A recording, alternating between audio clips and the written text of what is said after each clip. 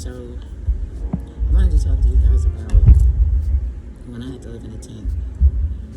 And I want to talk to you about that because sometimes we get into situations to where we feel stuck.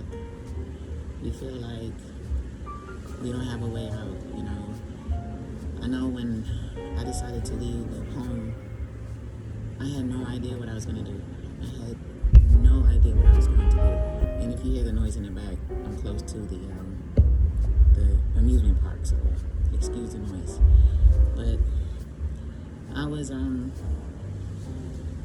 headed to Alabama because I found on Airbnb like a little glamping spot. And I've never been glamping before. I've never been camping before, actually. So I decided to do glamping because I'm a little uncomfortable with camping since I've never done it. And I was going to be by myself. But when I left home, after trying to rent a car, take an Uber back and forth, running around, I had so much going on. By the time I got to Alabama, and I had to take the bus, I haven't been on Greyhound in years. I mean, probably over 20 years. But I had to take the bus because it was the only thing that I could actually afford. And the weird thing about it, which was a blessing, this is why I tell you guys never give up on the Most High. The owner of the Airbnb, she actually bought the bus ticket for me. And that was a blessing in disguise. She was an actual blessing in disguise. But she bought the bus ticket for me. I took the bus out there. I got there. I was nervous on my way going there because I've never been camping, glamping, any of that. So I did not know what to expect. The only thing that I know about tents are that they're tents, you know. But it was actually a pleasant surprise. This glamping area, you guys can check it out on Airbnb actually. It's in Alabama. I think the name of it is Southern Glamping, I'm not sure. The host, her name is Barbara. Shout out to you, Barbara. You are the best. But it was surprisingly, extremely not what I expected in the best way possible, because the tents were awesome. They had big, full beds in there. It was really nice. They had they had sofa in there. They had electricity. There was Wi-Fi. There was AC. It was like a little apartment, actually, like a little room. And when I got there, I did a little grocery shopping because I didn't have much money, so I did a little grocery shopping. And I was happy just to do that because right before that, when I was living at home, there was a lot going on.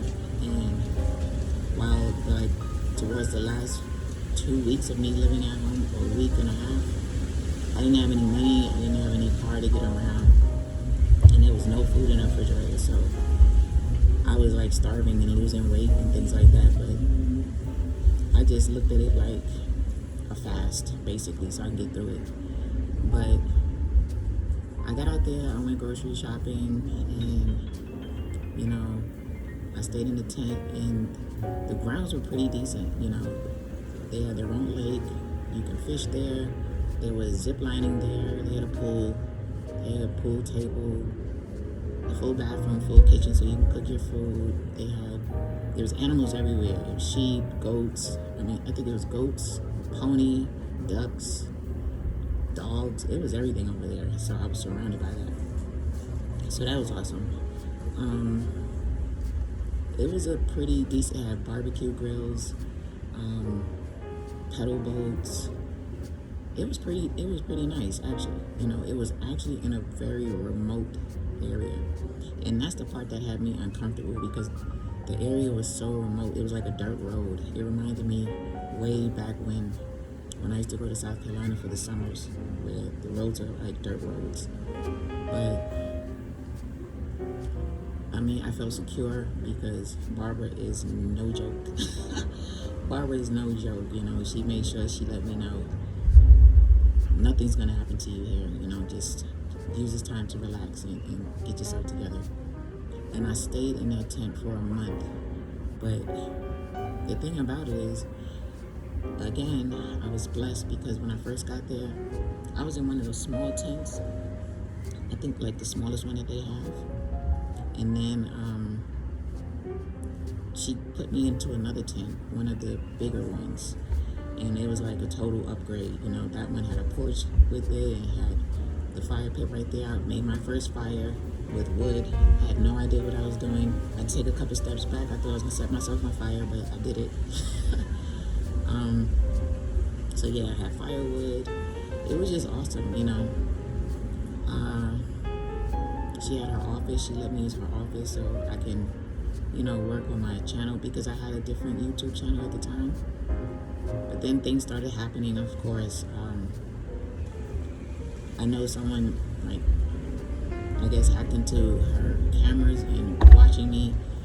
The next thing you know, my laptop shut down, so I could not get into my YouTube channel to make any videos. I couldn't get into my laptop to make videos, period.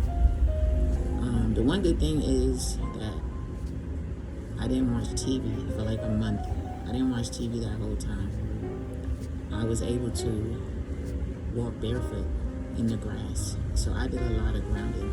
I definitely needed that. You know, it's all about how you look at something. I think that's what I'm getting at. It's all about how you look at something. I could have looked at it and said, okay, I left home. Now, I guess you could say technically that's homeless, even though I don't see it that way because this place wasn't free or anything. I had to pay for it, you know? And it was a safe environment. I mean, it was on Airbnb. So if you use Airbnb, I'm not sure if that makes you homeless, but I had a great time and it was worth every penny. But I just dropped something. But it was quite an experience because things started happening. You know, things just started happening. People started like trying to sneak around and come on the grounds, which, you know, I have my own guesstimations of that. But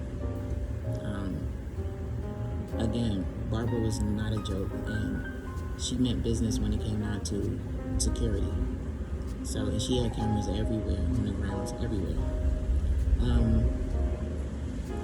But I want you guys to know stuff like this because during that time when I walked out my front door and when I got in the Uber to head to the Greyhound bus, I was terrified. I had no idea what I was going to do. I had no idea how I was going to make it.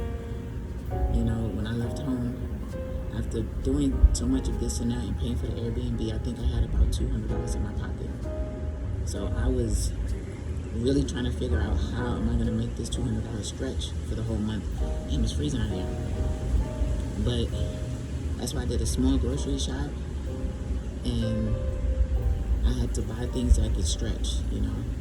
Then all of a sudden, like 2 weeks into my stay, I don't know what happened to my account, but my account went down to $9. So for all of you out there who you either live paycheck to paycheck or you go through hard times, it makes you stronger and it builds character. You know, never ever let anyone make you feel less than because you go through a rough time. Because guess what? What really counts is the fact that you made it through it. What really counts is the fact that you were resilient through that situation. You used your head, you budget properly, you made things stretch, and you survived. And when I saw that $9, I had no idea what I was going to do with $9 for 2 weeks. So of course, I had to get ramen noodles. I had to get rice. I was eating rice and ramen noodles, and this is what I did. I made 1 pack of ramen noodles a day I had the bag of rice, like the boil in the bag. I had 1 bag of rice and 1 ramen noodles. And I would make that. I would split it into 2 bowls. I would eat 1 in the morning, and then I would eat 1 in the evening. What saved me is that Barbara brought out some popcorn, like the old school popcorn, with the old school popcorn machine, and she had free coffee. So throughout the day, I was eating popcorn and coffee. And I was doing a lot of thinking.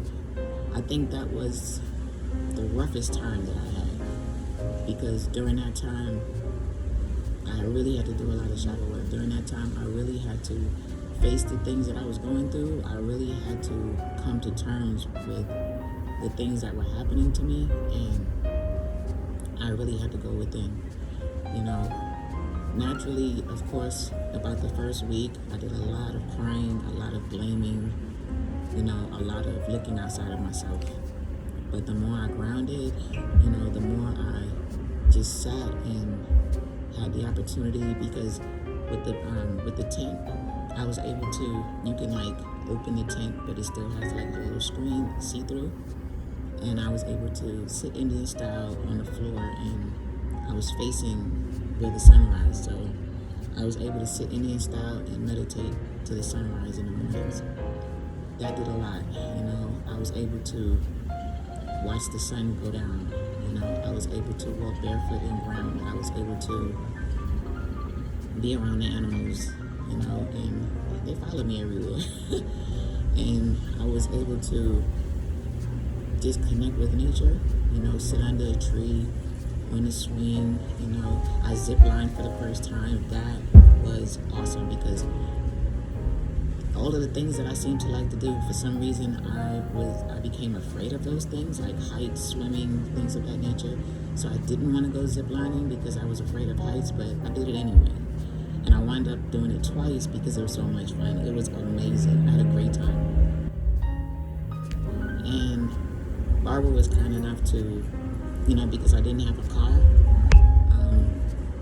Barbara was kind enough to let me use her vehicle to go to Walmart. It was close to Walmart and restaurants and things like that, but she was kind enough to do that. The best host ever.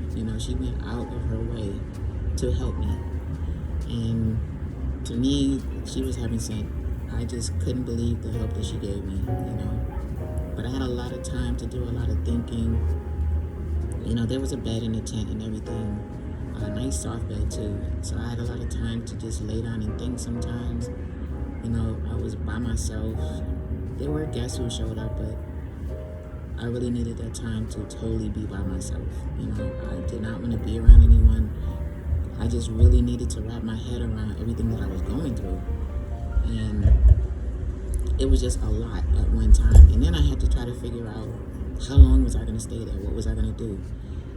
Because you're talking about someone going from extreme agoraphobia, someone who can barely touch the doorknob to go out the front door, let alone walk out the door and leave your safe zone, So I had to figure out what I was going to do. I had no idea what I was going to do. And, I'm on a fixed income, so I had no idea what I was going to do. I know before things started going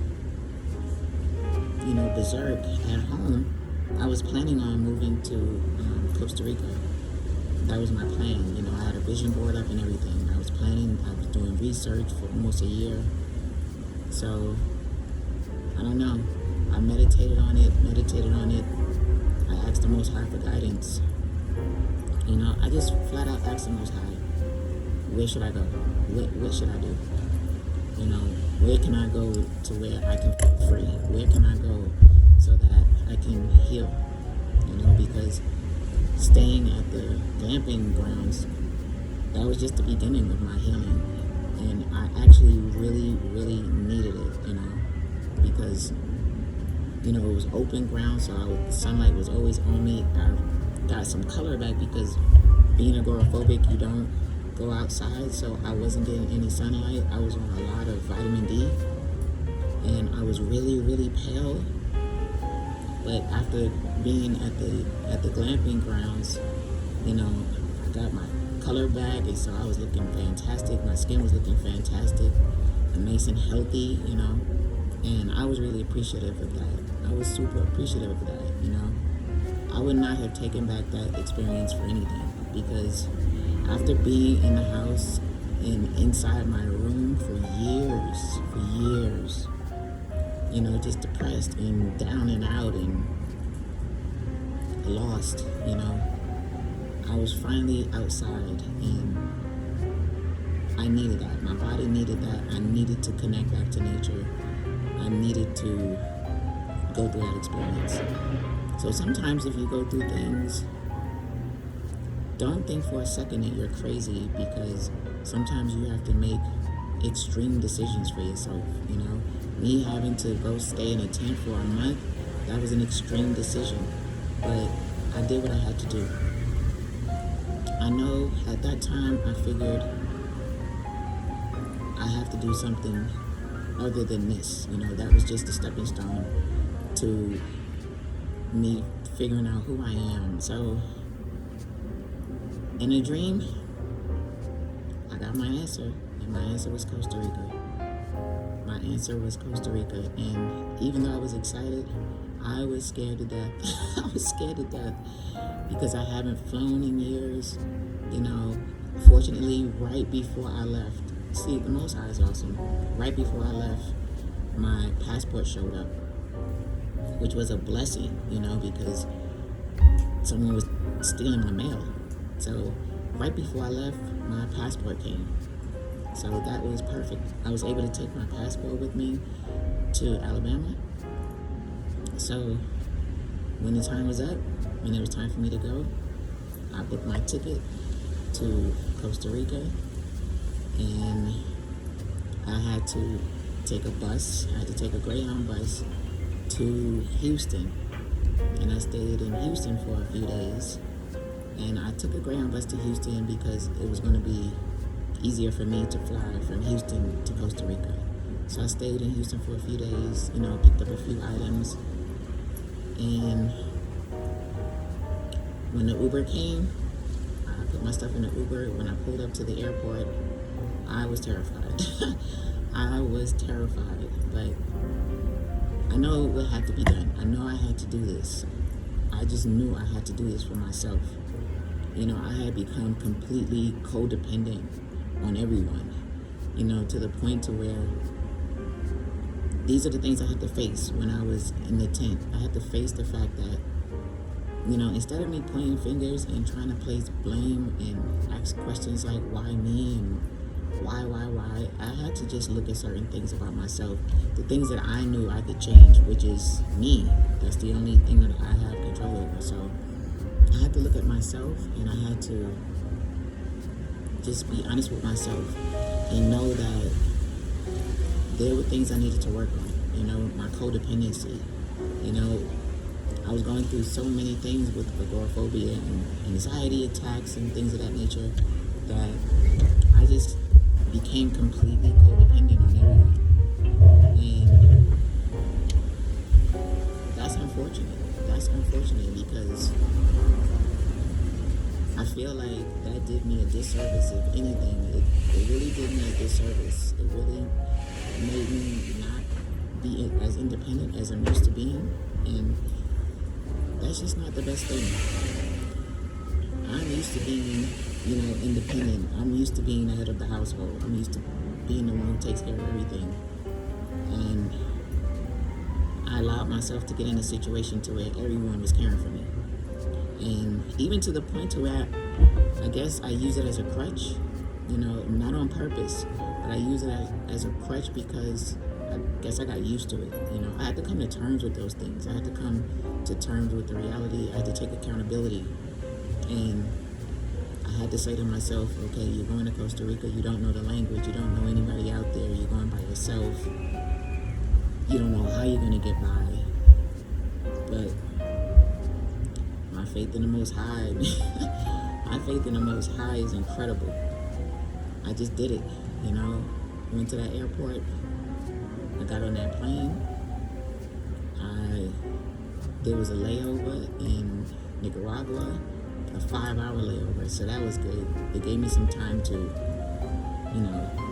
regroup, Thank goodness I was smart enough to pay for one of those VIP lounges, so I wasn't in the hustle and bustle in the airport, so I was in a remote area, so that was fantastic for me. So it gave me some time to regroup, Then I got on the next plane and got to Costa Rica. I didn't know what to expect. I didn't know what to do.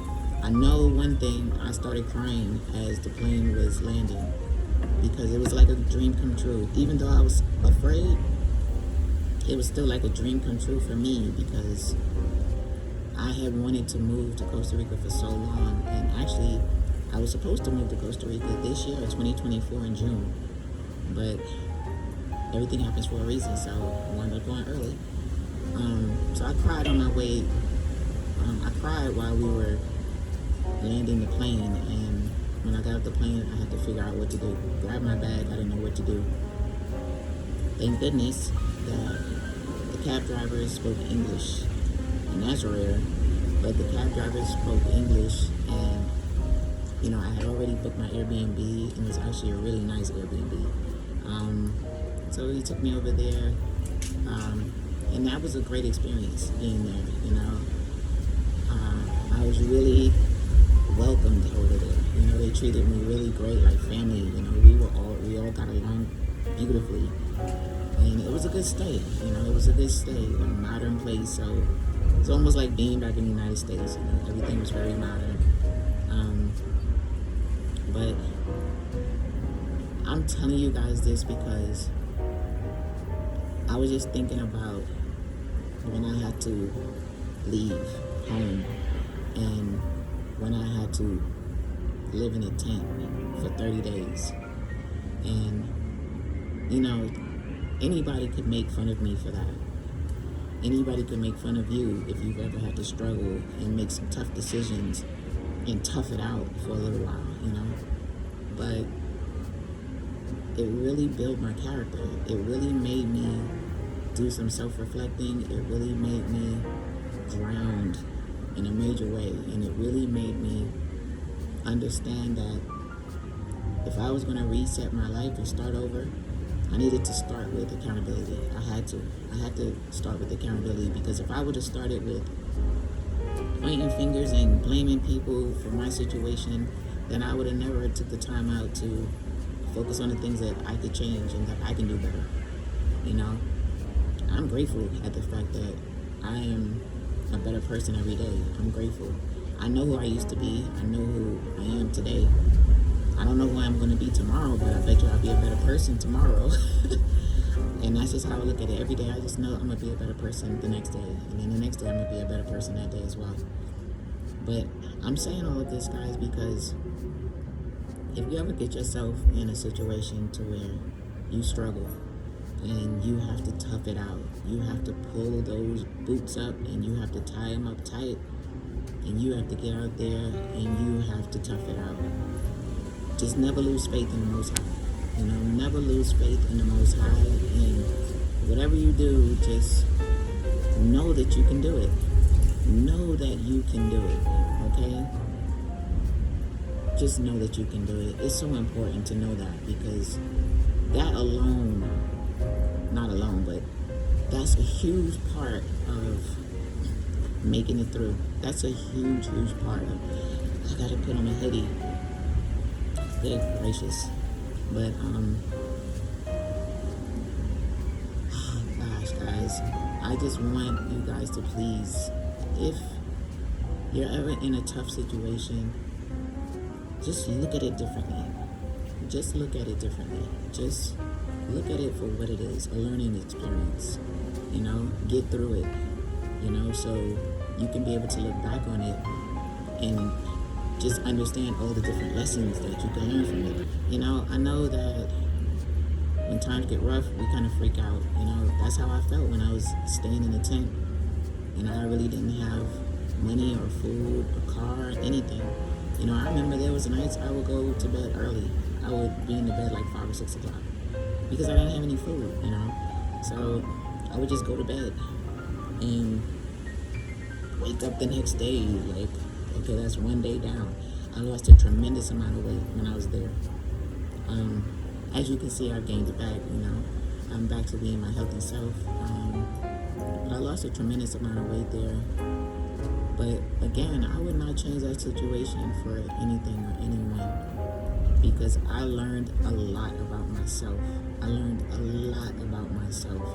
And that's what I use that time to do. Although, I was going through a very extreme family dynamic at the time, I used that time to focus on what I felt and what I needed to change. What could I do for my life to make my life better? How can I take back control of my own life? Because I feel like I lost control of my own life. And every single day, I got back more and more control of my own life. Now, it's nothing. Now it's nothing. Now I'm in control of my life, and it's just always going to be that way. It's never going to be anything different than that. Because I've learned so much, and I've been through so much, and that's why I say if you are ever in situations to where you're going through a rough time, please, if you focus on yourself and improving yourself in your situation, then you will grow. You will grow when you come out of it.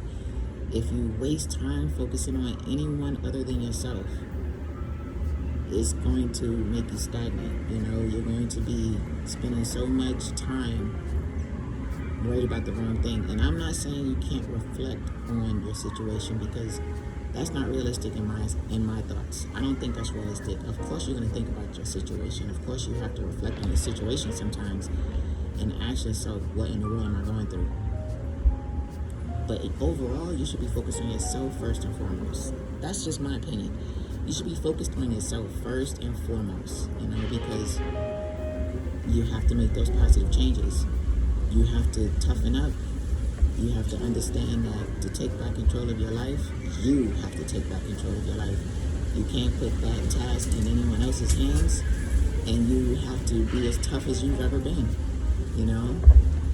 If you're in a situation where you want to reset your life, you want to start over, you want to take back control of your life, you want to reclaim your life, you can do it. You can absolutely do it. I'm not telling you it's not going to be scary. I'm not telling you it's not going to be difficult sometimes, but trust and believe, it's levels to that. It starts out that way, but it doesn't stay that way at all. It does not stay that way, Now I feel right at home in Costa Rica. I feel right at home. I'm still working on learning the language, but I'm getting better. It's just, I think it's awesome, The environment is just so fantastic that it is helping me to heal, all of the traumas that I've been through.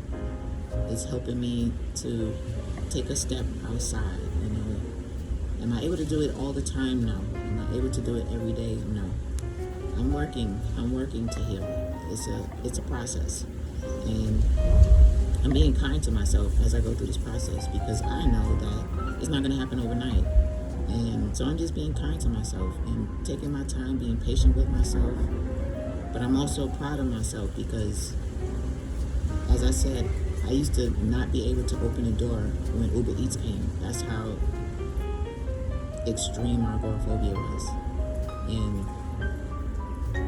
And I'm proud of myself for that, So I do take out the time to acknowledge how far I've come, And I've come far, and I've been through a lot. But I want you guys to know you're not crazy at all if you decide one day to make a drastic decision for yourself, for your own well-being, to reset your life, to reclaim your life. You're not crazy for that. You're not crazy if you have to be like me and throw a few pairs of jeans and a couple of t-shirts and some underwear in a bag and walk away from everything you've built and start over from scratch. You're not crazy if you do that. You're not crazy if that's what you decide to do. Sometimes it's extreme, and sometimes you have to face those fears, because it's just an illusion. So you have to face those fears. You have to come to terms with that, and you have to be able to step forward. And most times, and that's just my opinion, you have to do that by yourself, because you need that time and space by yourself to do all the reflection that you need to do. You have to go within. You cannot look for answers outside yourself, But I wanted to share that with you guys. Hopefully it'll inspire somebody to know that if your situation is rough, There are options out there, and you can do it. You can do it. I'm sure I could say more things, but I think you guys get the gist of my experience while I had to live in a tent. And again, I do not regret it. It wasn't some rundown, piece of crap. It was a nice campground. It really was. And I connected more with nature there than anywhere. That was the beginning of me learning to be reconnected with nature since I've been in the house and in my room for so long. But I wanted to share that with you guys, so hopefully it inspires somebody. Hopefully it inspires someone to hit the reset button, take back control of your life, reclaim your life. Because now I do whatever I want when I want, and I love it that way. I do what I want whenever I want, and I don't have to think about anything other than what it is that I want to do. And I think that every day I wake up, I wonder, what am I going to do today? I get a life of freedom, and for me, that's priceless.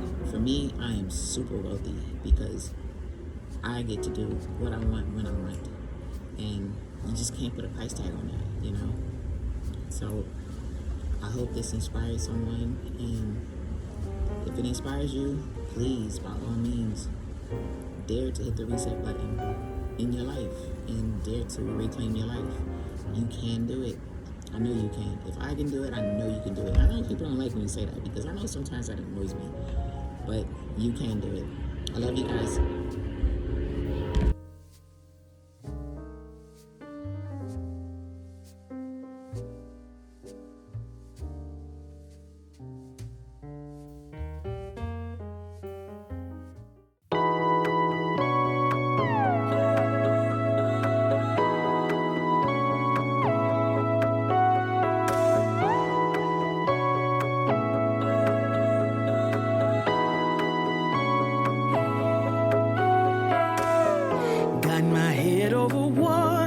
For the first time in years,